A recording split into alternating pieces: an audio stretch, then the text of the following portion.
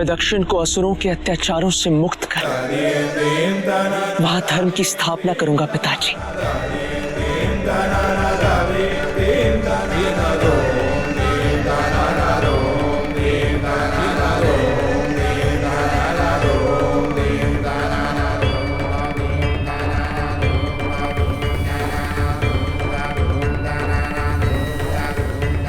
नहीं नहीं कुमार, ये आप क्या कर रहे हैं?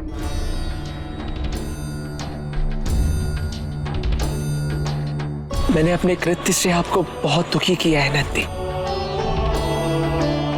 मुझे क्षमा कर दीजिए।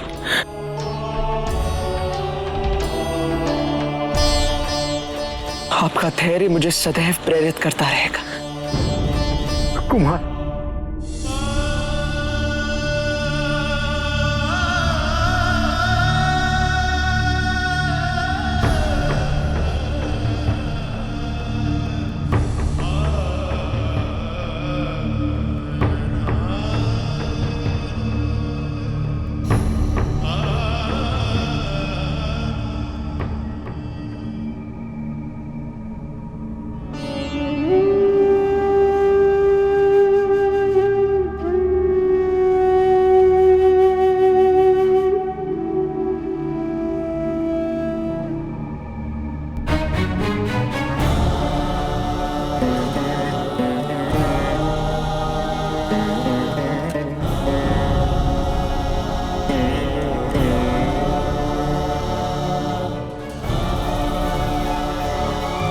कल्याण हो।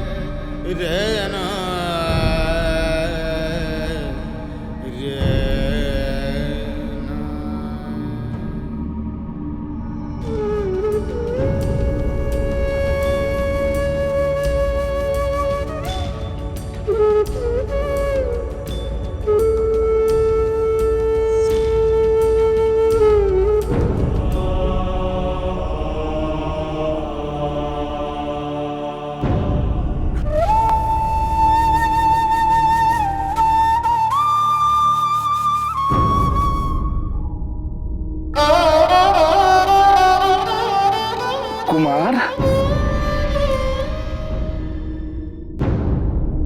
एक बार हो जाए।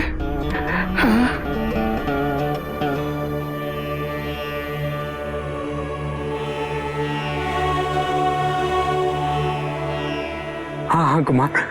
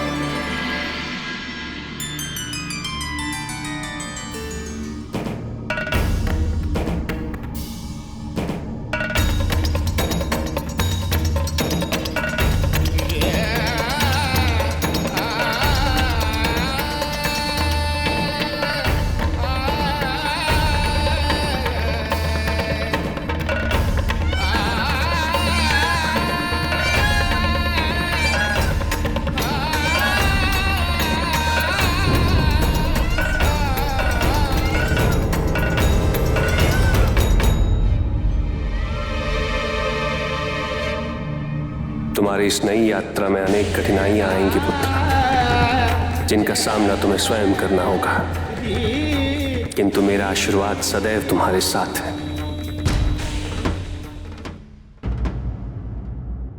कार्तिकेय कैलाश से प्रस्थान कर चुका। क्या देवराज वास्तव में उन पर आक्रमण करने की योजना बना चुके हैं? किंतु ऐसी भी क्या योजना जिसे वो हम सबसे गोपनीय रखे हुए हैं? सेना को अभी तक आक्रमण हेतु कोई सूचना भी प्राप्त नहीं हुई है। योद्धाओं की सेना नहीं सूर्यदेव, अपितु इंद्रियों की सेना आक्रमण करने वाली है। 5 ज्ञानेंद्रियां और 5 कर्मेंद्रियां। 5 ज्ञानेंद्रियां अर्थात घ्राण, नेत्र, त्वचा, जिह्वा और कर्ण, इनके माध्यम से ही प्रत्येक व्यक्ति में संसार अथवा सृष्टि का प्रवेश होता है। ज्ञानेंद्रियों के माध्यम से ही हमारा मन सृष्टि की अनुभूति कर सकता है। 5 कर्मेंद्रियां अर्थात हस्त, जननेंद्रिय, वाचा, पाद तथा गुदा, इनके माध्यम से हम वो कार्य करते हैं जिससे उसके अस्तित्व का प्रभाव समस्त संसार पर पड़ता है। इंद्रियों का स्वामी होने के नाते इंद्रदेव इस बार कार्तिकेय पर इन्हीं इंद्रियों द्वारा आक्रमण करने वाले हैं। जिस व्यक्ति में ये इंद्रियां स्वच्छंद हो जाती हैं, उसका पतन निश्चित है। यदि कार्तिकेय इंद्रियों पर हावी हो गया तो विजय 100% उसकी। किंतु कहीं इंद्रियां कार्तिकेय पर हावी हो गई तो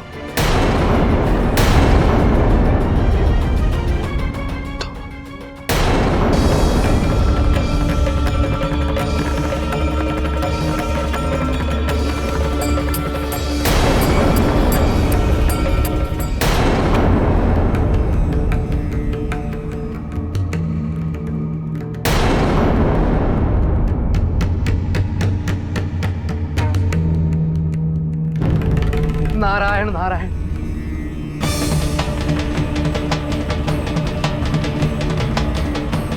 देवराज इंद्र अपना मानसिक संतुलन खो बैठे हैं। उन्होंने कुमार पर 10 इंद्रियों द्वारा आक्रमण कर दिया है।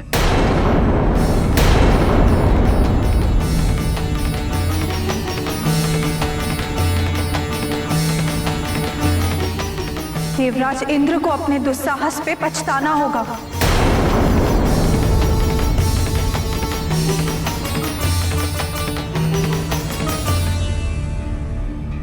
चिंता न करो पार्वती, हमारा पुत्र किसी भी परिस्थिति का सामना करने योग्य है।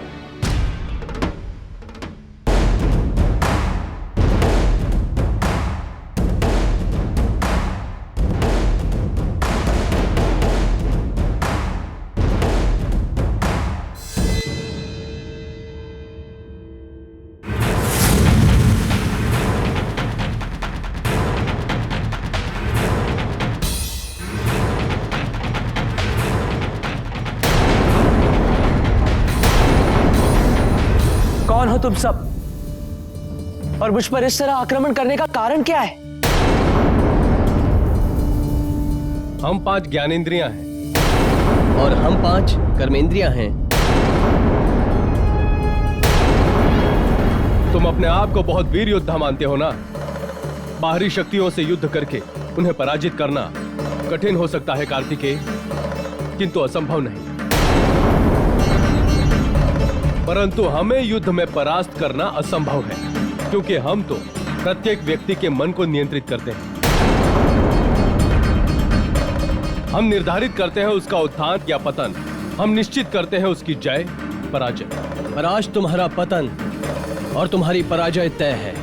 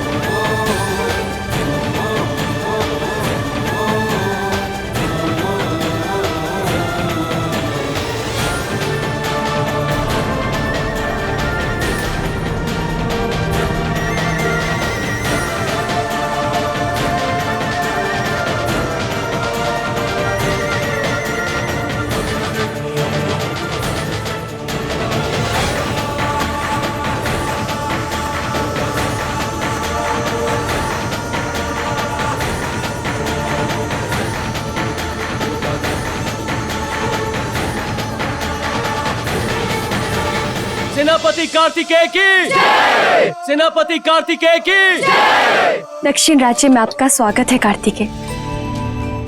ये भूमि आप जैसे योद्धा के लिए कब से प्रतीक्षा कर रही थी। हमें प्रसन्नता है कि अब हमारे संरक्षक का आगमन हो गया है। आप सभी ने इतने प्रेम पूर्वक मेरा स्वागत किया, मुझे इतना सम्मान दिया, इसलिए मैं सदैव आप सभी का आभारी रहूंगा।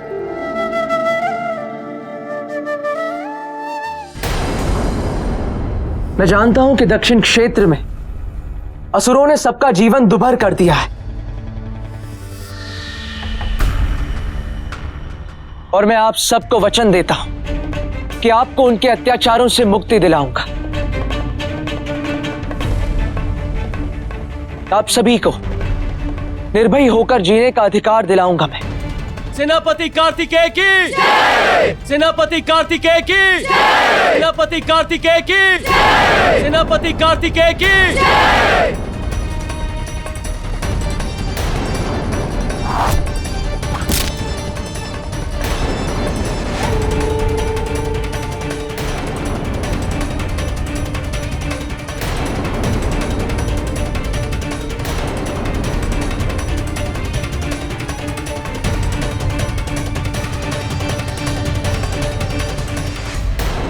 हमें क्षमा कर दीजिए। जाओ और बता दो अपने स्वामी त्रिपाद को कि सेनापति कार्तिकेय का आगमन हो चुका है, और अब मेरे आगमन का कारण त्रिपाद का वध बनता है या उसका हृदय परिवर्तन। इसका निर्णय उसे स्वयं करना है।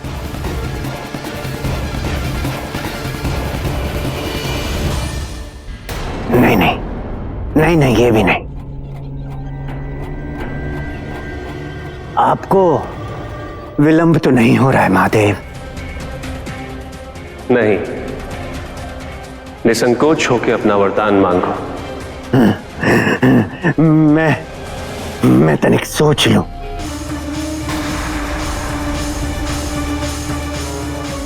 संसार में सबसे अधिक महत्वपूर्ण किसी के जीवन में क्या हो सकता है? क्या? हाँ, शक्ति। संसार में सबसे अधिक महत्वपूर्ण है शक्ति। प्रभु, जो शक्तिवान है बस वही सब कुछ है। आप मुझे शक्तिशाली शक्तिवान होने का वरदान दीजिए। अवश्य ब्रुक। कैसी शक्ति चाहिए तुम्हें? कैसी शक्ति मांगो? कैसी शक्ति मांगो? कैसी शक्ति मांगो? हाँ प्रभु, मुझे मृत्यु देने की शक्ति दें। मैं जिसको चाहूं उसको मृत्यु लोक में पहुंचा दूं। मुझे ऐसी शक्ति दीजिए प्रभु।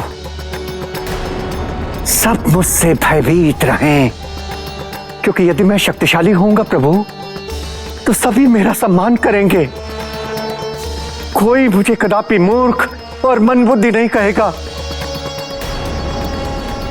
जो कहेगा वो ऐसा वरदान दीजिए प्रभु। मुझे वरदान दीजिए कि मैं जिसके सर पे हाथ रखूं वो मृत्यु को प्राप्त हो। रुक, मैं तुम्हें विचार करने के लिए कुछ और समय देता हूं। कोई दूसरा वरदान मांग लो। क्यों ना मैं तुम्हें मेधावी होने का वरदान देता हूं। मेधावी? वो क्या होता है? मेधावी होकर मैं क्या करूंगा प्रभु? नहीं नहीं नहीं नहीं नहीं नहीं महादेव, मुझे तो वही वरदान चाहिए, हाथ रखते ही भस्म करने वाला।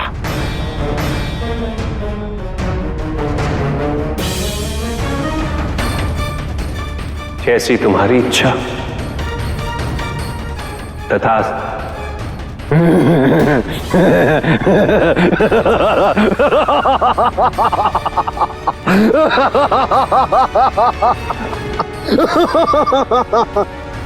देवर्षि, आप संभल कर रहिएगा। आप तो सदैव भ्रमण करते रहते हैं। कहीं भूल से इसने आप ही के ऊपर हाथ रख दिया तो?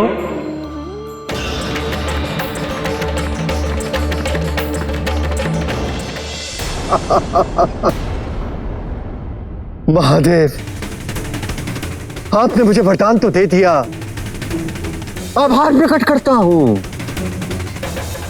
किंतु इस वरदान की प्रामाणिकता मुझे सिद्ध करनी पड़ेगी।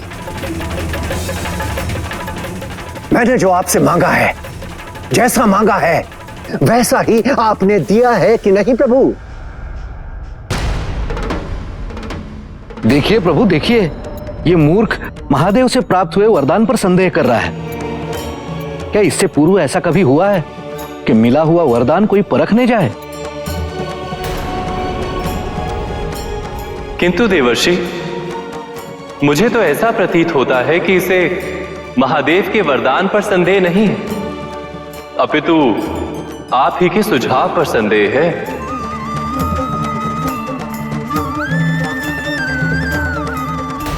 मैं अपनी शक्ति का प्रमाण लेकर शीघ्र लौटूंगा। आप तब तक यहीं प्रतीक्षा कीजिए, कहीं जाइएगा नहीं महादेव। नहीं नहीं नहीं नहीं नहीं नहीं, आप मुझे वचन दीजिए कि आप यहां से हिलेंगे नहीं, अर्थात आप यहां से कहीं नहीं जाएंगे प्रभु। मैं तुम्हें वचन देता हूं ब्रुक, मैं तुम्हारी प्रतीक्षा करूंगा। मैं अति प्रसन्न हुआ प्रभु।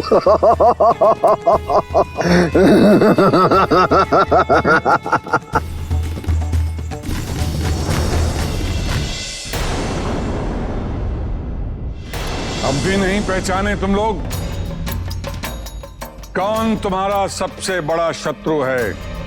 यदि तुम्हारे शिव ने तुम्हारे संरक्षण का दायित्व उठाया था तो वो आया क्यों नहीं? क्यों नहीं दंडित किया उन देवताओं को जिन्होंने ये कुकर्म किया?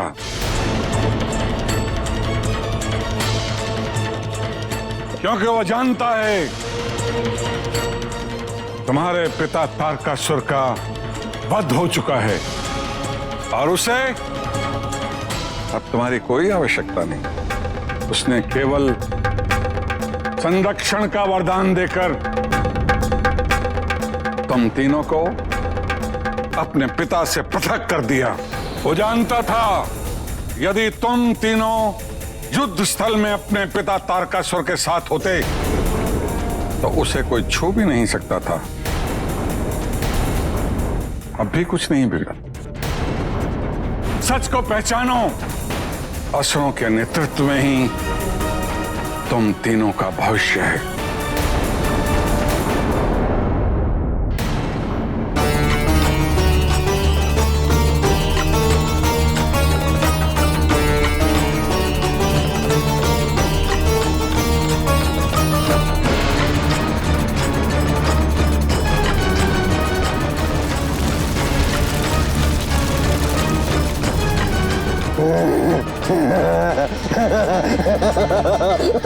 उत्तम, अति उत्तम।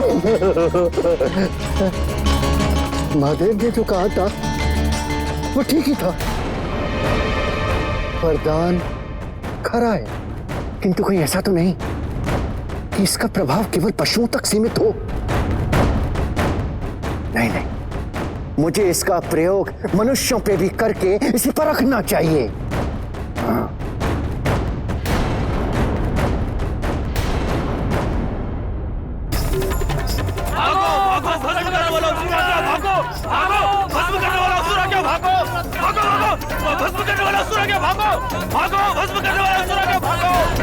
मेरे हाथ रखते ही ये भस्म हो गया। हाथ रखते ही भस्म करने वाला असुर, भस्मासुर। ये तो मेरा नया नाम बन गया। आज से मैं ब्रुक नहीं, भस्म करने वाला शक्तिशाली असुर, भस्मासुर।